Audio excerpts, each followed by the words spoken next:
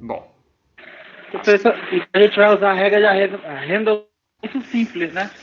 Do lado que o senhor está falando. sim.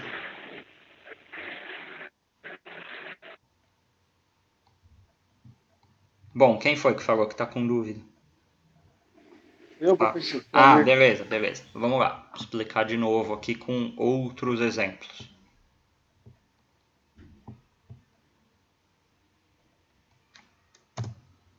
Se eu tenho o número 2,34556, qualquer coisa isso, tá? E eu quero arredondar ele com duas casas depois da vírgula, esse terceiro número aqui, ele é maior ou igual a 5? Menor. Menor? O 5? O 5 Maior. Não, o 5 é 5. É igual 5, não é? Isso. Não é? Isso. Tá. Se ele é maior ou igual a 5, e eu quero arredondar isso com duas casas decimais, fica 2,35. Agora, se eu tenho o número 2,34444 e também quero arredondar ele com duas casas decimais, eu vou no terceiro número. Que número é esse? É o 4, né? É o 4. Ele é menor ou igual a 5? Ele é menor, né? Menor. Então, se é duas casas que eu quero, 2,34. Ah, beleza, professor. Certo? Peguei agora. Oh, valeu. Exatamente isso, tá? Isso daí é exatamente o que o Excel faz, né? Se você coloca lá no Excel, eu quero tantas casas decimais, ele vai fazer essa regra de arredondamento, tá? Bom, enfim. Continuando aqui, né? Esse primeiro exemplo, aí vimos a área do quadrado, legal. E a segunda grande área, né, que nós vemos, né, que nós vamos trabalhar bastante, é o círculo. Muito bem. Quem que é a área do círculo, né? A área igual π.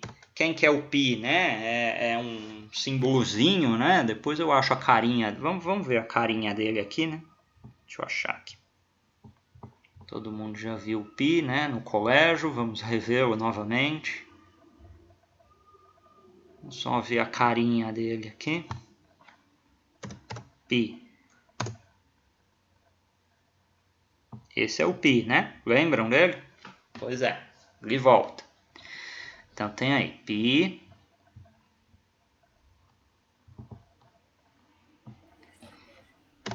vezes raio ao quadrado. É a fórmula da área do círculo. Sendo que o π ele tem um valor fixo. Ele é uma dízima periódica. Ele não tem fim. Esse número não tem fim. Porém, a gente usualmente usa 3,14. Não tem unidade, tá? O π não tem unidade. 3,14. Bom, sendo assim, consigo ir para o meu segundo exemplo, que eu falo, né? Qual a área de uma base de reservatório, né? É um reservatório circular que possui diâmetro 2,2 metros. Tá? Então, eu quero saber essa área aí, né? Qual que vai ser essa área? Deixa eu só baixar aqui um pouco.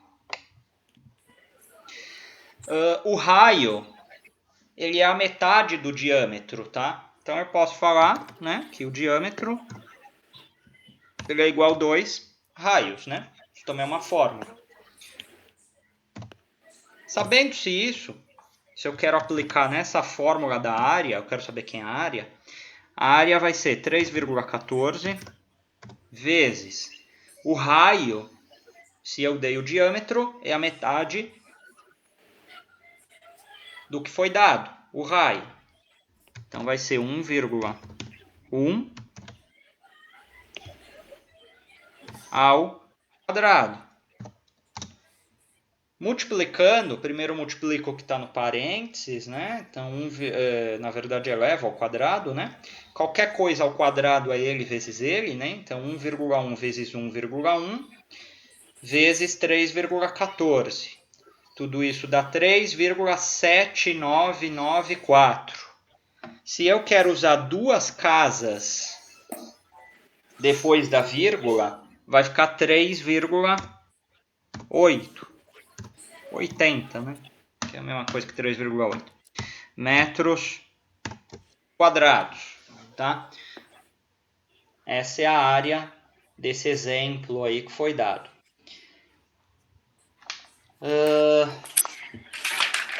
Tranquilo? Tudo bem até aí? Tranquilo, professor.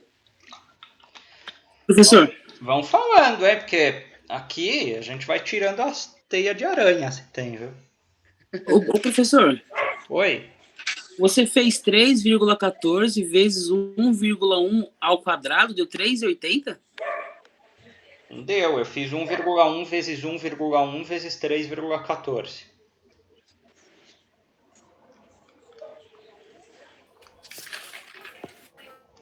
Deu isso aí mesmo, 3,8. Ah, é verdade, deu 3,79, né? Tá certo, professor. Beleza. Valeu. Ok, então vamos lá, né?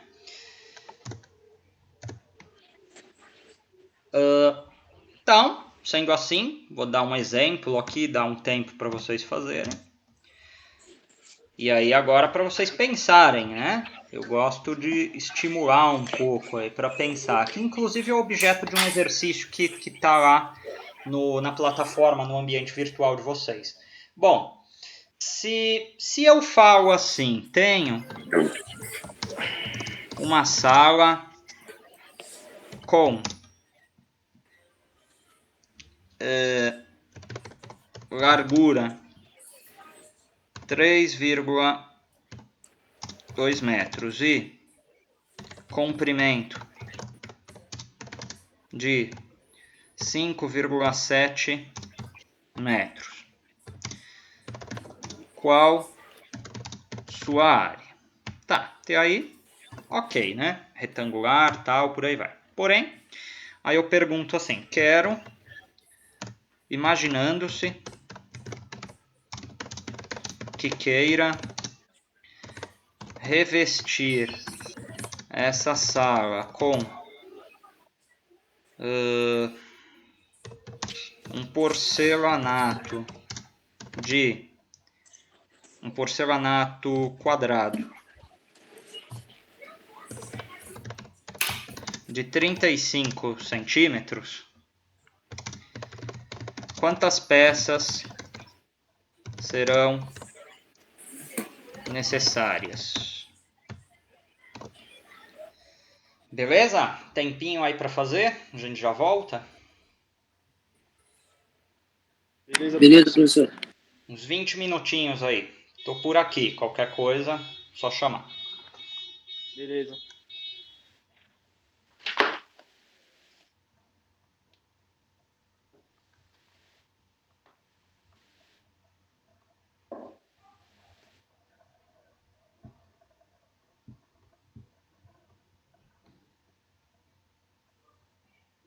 Professor,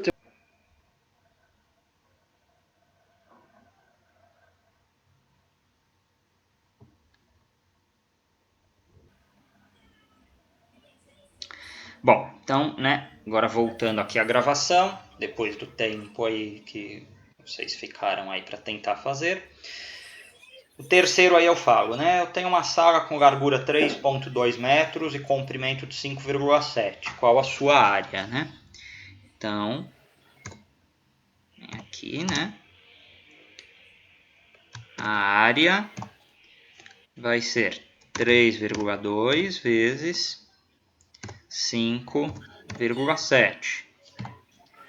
Se você multiplica 3,2 vezes 5,7, 18,24. O que? Não esqueçam a unidade, metros quadrados. Colocou metro, está errado. Não colocou unidade, está errado. Colocou o metro cúbico, está errado. São metros quadrados. Ah, mas eu cheguei no valor. Não importa. Quando você vai na feira, você vê a bacia de mexerica, você fala, eu quero a dúzia da mexerica. Se o feirante dá para você meia dúzia, você vai gostar? Tá certo? Não tá, né? Então, mesma coisa. E o quarto, ele fala,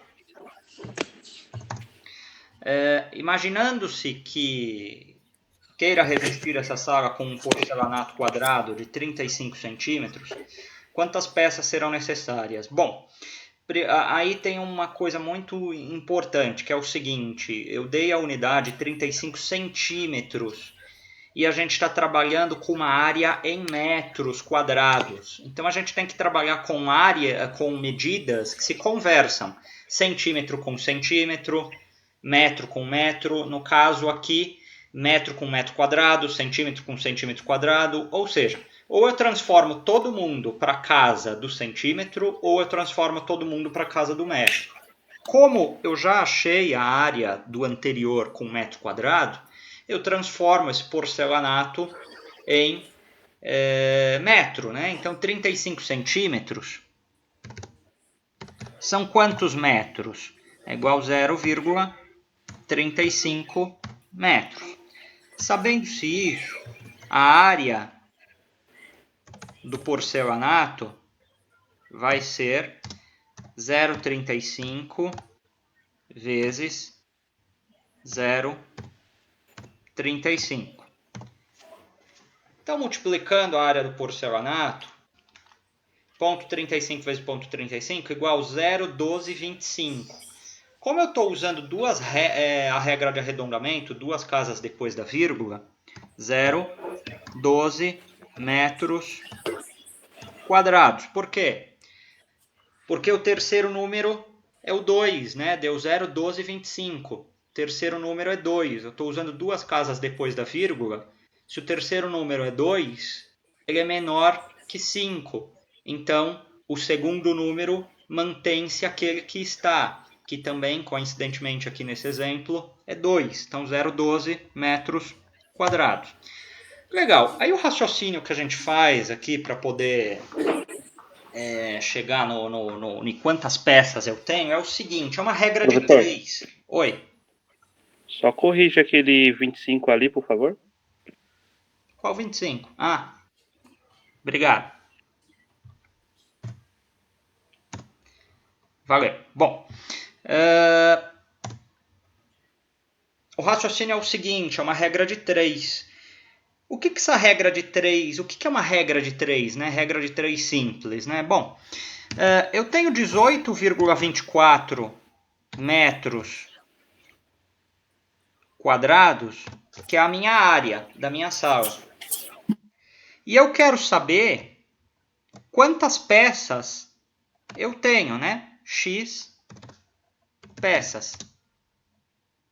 Sendo que 0,12 metros quadrados corresponde a uma peça. Isso é uma regra de 3. Então eu cruzo a regra de 3, né? Então aqui vai ficar 0,12x igual 18,24. Virou uma equação de primeiro grau. Essa equação de primeiro grau, o que está multiplicando, passa para o outro lado dividindo. Então fica 18,24 dividido por 0,12. E aí isso vai dar a 152 peças. A quem falou 149, 150, 151, ok, está correto, não tem problema, tá? Tranquilo. Lógico que aqui é uma situação hipotética, eu estou considerando sem perdas, né? O pedreiro que está fazendo o serviço não perdeu nenhuma peça, né? Usualmente, quando a gente faz um tipo de cálculo desse, a gente joga uns 10% em cima, uns 5% em cima, considerando as perdas, né? Mas isso só a título de curiosidade mesmo. Alguma colocação aí? Como estamos indo? Ok, o ritmo tá bom, dá para acelerar, cadencia mais? O que fazer? Rafael, Hã? Rafael, Sim. primeiro só uma observação e ao mesmo tempo uma dica, né? Algumas pessoas têm um pouco de, como é que eu vou dizer assim, de restrição para entender um pouco a regra de 3. Não sei se é o caso de algum aluno que está aí na sala, se for ou não, com todo respeito, é só uma dica. Mas dá para pegar também e fazer esse cálculo, pegando 3,2 metros, dividindo por 0,35, depois você pega 5,7 metros, divide por 0,35. Os resultados você multiplica entre si e dá o mesmo resultado. Sim, a matemática ela não é engessada, né? Então, isso aí você fez uma semelhança, né? Então, ele vai dar o 149 que deu no meu aqui também, né? não vejo problemas em fazer assim, tá? Mas o que é o legal da matemática? Ela não é engessada, né? Então, ela é uma ciência exata, porém, o que era o problema? O problema era quantas peças eu tenho. Você me demonstrando, não importa se você fez com a regra de 3, não importa se você fez dessa forma que você colocou, você me demonstrando, não tem maiores problemas. Particularmente, eu acho mais fácil entender assim, do jeito que eu falei. Pois é. Ô, professor, Sim. mas assim, precisa fazer igual desse jeito, não, como você disse, não é engessada, né? A matemática. Então, chegando no resultado e botando ali o sinal da medição, tá certo do mesmo jeito, né? O que é sinal de medição? Os metros quadrados, centímetros quadrados, e assim vai. Vamos dizer. Você está falando por só isso aqui? Não, um M a quadrado aí, é isso que eu tô dizendo, né? Chegando nesse resultado, sem problemas, né? Tá, mas você tem que mostrar como você chegou, né? Não, sim, mas não precisa fazer detalhadamente deste jeito que o senhor demonstrou aí. Pois é, a gente tem que tomar cuidado com o que se chama de detalhado. Se você não quer fazer isso aqui eu faço para entender, né? Eu acho que é mais fácil explicar isso aqui para entender essa lógica. Só que você tem que pelo menos fazer isso aqui, né? 18,24 dividido por 0,12. Ok, você tem que pôr isso aqui para mim. Você não pode só pôr aqui 152. Da onde veio isso, né? Uma coisa, habituem-se com isso, né? Eu vou falar isso todos os semestres para vocês. O que difere um profissional que busca o conhecimento do profissional que não tem o conhecimento de um banco de escola? São as pequenas diferenças. Muitas vezes o profissional que está lá no campo, ele sabe muito a prática, não a teoria. Só que você tem que saber expor a teoria. Então, uma das funções de um técnico de edificações, e daí tudo que tem daí para frente que vocês puderem imaginar, elaboração de relatórios técnicos, respondendo e-mails, por aí vai. Então você tem que ser o mais detalhista possível, você tem que colocar o maior número de informações possíveis, justamente porque um relatório técnico, uma prova, um e-mail que você escreve, você não está escrevendo para você está escrevendo para uma outra pessoa ler, né? Então vocês têm que ser o mais detalhista possível, sempre imaginando que é uma outra pessoa que vai ler e vai observar essa situação. Bom, alguma colocação aqui? O professor, só queria perguntar, o professor tinha falado que tinha um canal no YouTube, né, sobre matemática, que eu vou estar olhando, né, porque eu sou muito ruim em matemática. Eu tenho o meu, né, que é onde eu lanço, inclusive esse vídeo que eu estou gravando, tá correndo tudo bem com ele, por isso que eu estou vendo ele toda hora aqui. E isso que está sendo gravado aqui eu vou colocar lá. Só que você, dentro do ambiente virtual do EAD Box, aqui, deixa ele carregar aí novamente.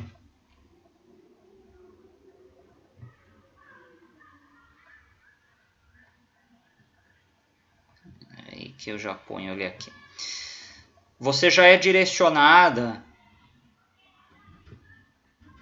pro link do vídeo, tá? Eu jogo essa gravação que eu estou fazendo, eu jogo ela para o meu canal do YouTube, e dentro do ambiente virtual do EAD Box, você já é direcionada pro vídeo do canal, tá? Que é exatamente isso que eu estou fazendo aqui agora.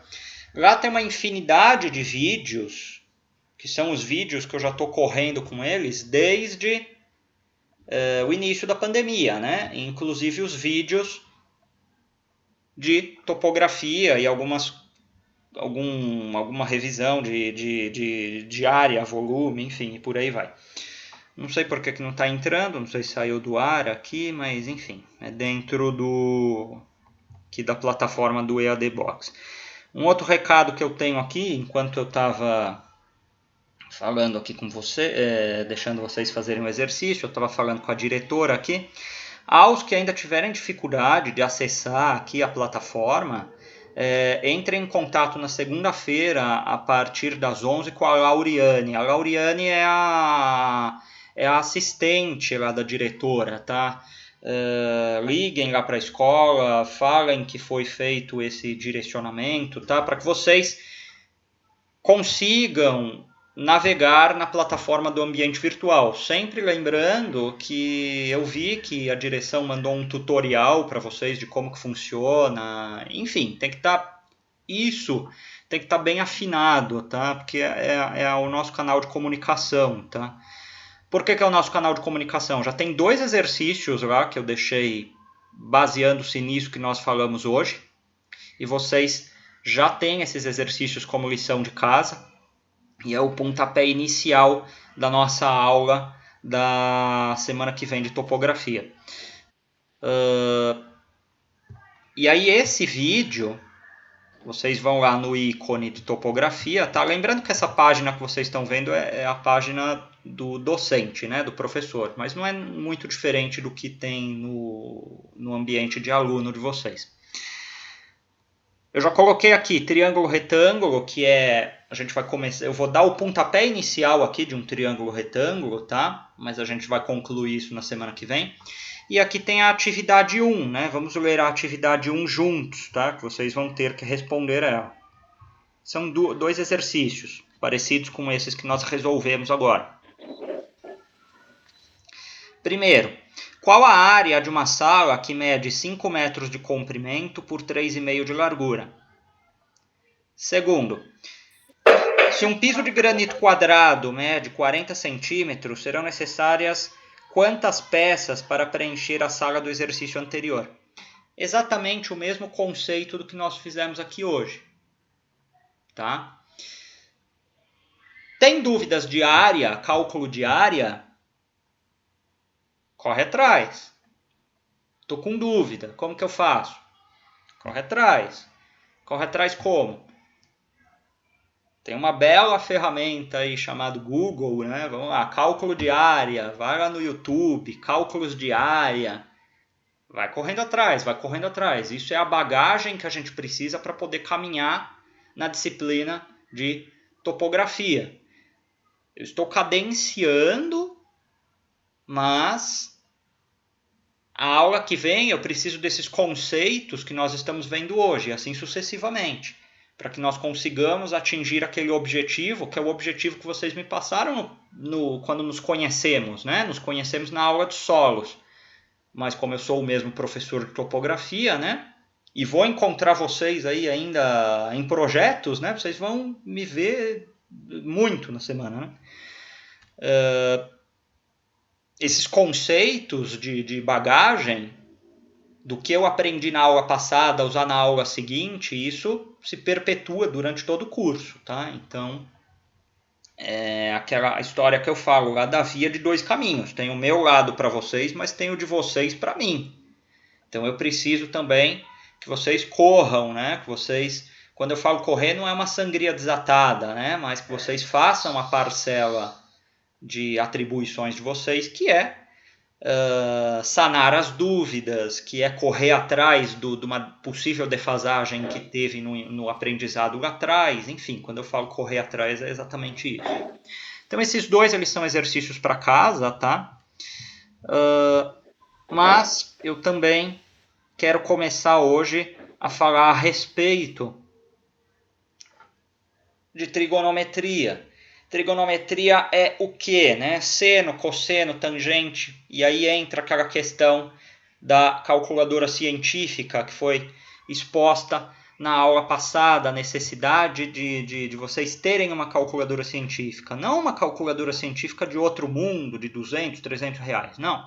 Uma calculadora científica simples, de 20 e poucos reais, você encontra uma boa calculadora científica que atenda às necessidades de vocês, não apenas na aula de solos, não apenas na aula de topografia, mas sim durante toda a vida acadêmica de vocês aqui no curso técnico, posteriormente nos próximos cursos que vocês queiram fazer na vida de vocês e, claro, na vida de vocês, né? Vocês estão comprando um equipamento que vai ser utilizado aí, vai ser um material de trabalho de vocês. Bom, então entrando aqui na parte dos triângulos retângulos agora, vamos desmistificar algumas coisas e aí na semana que vem, na disciplina de topografia, que é às sextas, nós veremos aqui alguns conceitos da trigonometria em exercícios. Trigonometria eu preciso, extremamente importante para quando eu entrar com os cálculos utilizando-se os ângulos dentro da topografia, né? A gente vai entender propriamente a topografia no último dia de aula, tá? Até lá vocês vão falar, pô, mas é só conta, é conta, é conta, é conta. Sim, é só conta, conta, conta, conta. Porque senão não tem como eu chegar na topografia. O exemplo que eu dei para vocês, eu dou uma chave de um avião, dou uma chave de um... Eu não posso usar esse exemplo, né, aqui da chave do avião. Eu ia falar, dou uma chave de um avião na mão de vocês, vocês não vão saber pilotar. Mas eu lembrei do colega nosso. Bom, enfim. Eu dou uma chave, sei lá, deixa eu ver alguma coisa aqui, de um barco. Né? Também não deve ter muito segredo pilotar um barco, mas enfim. Tanque de guerra, professor. Ótimo, gostei. Dou a chave de um tanque de guerra na mão de vocês. Aí falo, vai lá. Vocês têm que ter os conceitos básicos, né, do tanque de guerra. Senão não sai, né? Não vai para frente o negócio. É a mesma coisa, qualquer coisa que vocês forem aprender. Ô, Rafael. Oi? Avião não tem chave. Pô, tudo bem. Finge que tem, meu. Finge que tem. Vamos dizer que tem. Tá valendo. É um botãozinho lá, vai. Isso. Bom, aqui eu acho que eu só não coloquei. Coloquei. Tá. Acho que eu não coloquei ainda para baixar, mas enfim, depois eu coloco. Triângulo retângulo, né? O conceito de triângulo retângulo. O que é um triângulo retângulo? Quando eu falo que algo é retângulo, significa que tem 90 graus dentro, né, dessa figura. Então esse símbolo aqui, parece uma cadeirinha, significa que aqui é 90 graus, tá? O que é 90 graus? É isso aqui, né? Essa reta, ela está perpendicular a essa outra reta. Quando eu falo perpendicular, também é sinônimo de falar que é 90 graus, tá? Vamos nos acostumar, nos habituar com operações angulares, o que são esses conceitos, perpendicular, paralelo, né? Tudo isso é matemática, está lá na nossa apostila de topografia e será extremamente usado, né, por nós aqui no decorrer do curso. Estou aqui só espiando o vídeo aqui para, né, que corra tudo bem com ele. Bom, então vamos lá aqui rapidinho só para eu finalizar o vídeo, mas aí a gente continua conversando, né, só para o vídeo não dar pau. Então, triângulo retângulo, né? O triângulo retângulo significa que um dos seus ângulos internos é 90 graus. Quem está oposto aos 90 graus se chama hipotenusa. Não está escrito aqui, mas o C aqui é a hipotenusa. E os outros dois lados que tem desse triângulo, que aqui está sendo colocado como B e A, são os catetos.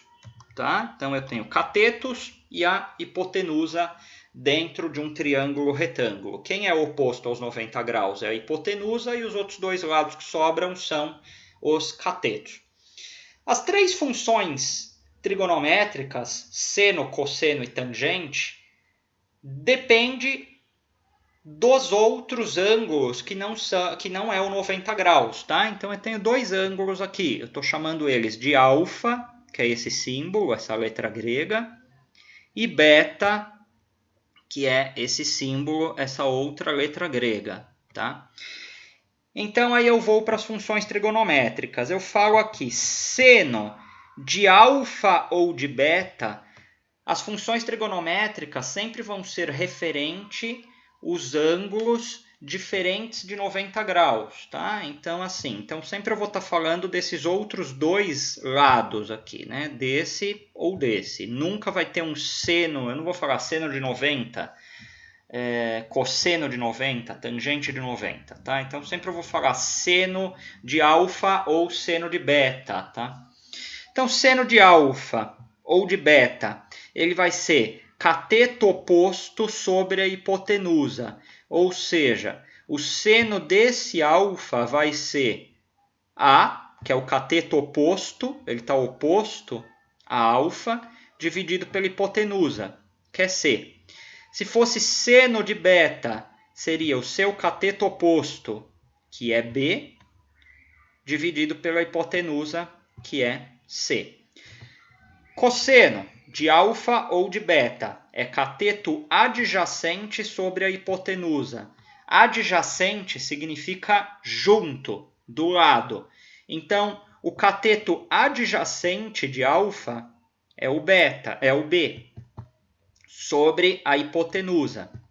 O cateto adjacente de beta é o A, sobre a hipotenusa. Isso é o cosseno de beta. Cosseno de beta é A sobre C. A, que é o cateto adjacente de beta, e C, que é a hipotenusa, que nós vimos lá atrás, que a hipotenusa é sempre oposta aos 90 graus. E aí a última função trigonométrica é tangente. Tangente de qualquer ângulo, de alfa ou de beta, é cateto oposto sobre cateto adjacente. Tangente de alfa vai ser cateto oposto de alfa é A, sobre o cateto adjacente, que é B. Tangente de beta vai ser B, que é o cateto oposto, sobre A, que é o cateto adjacente.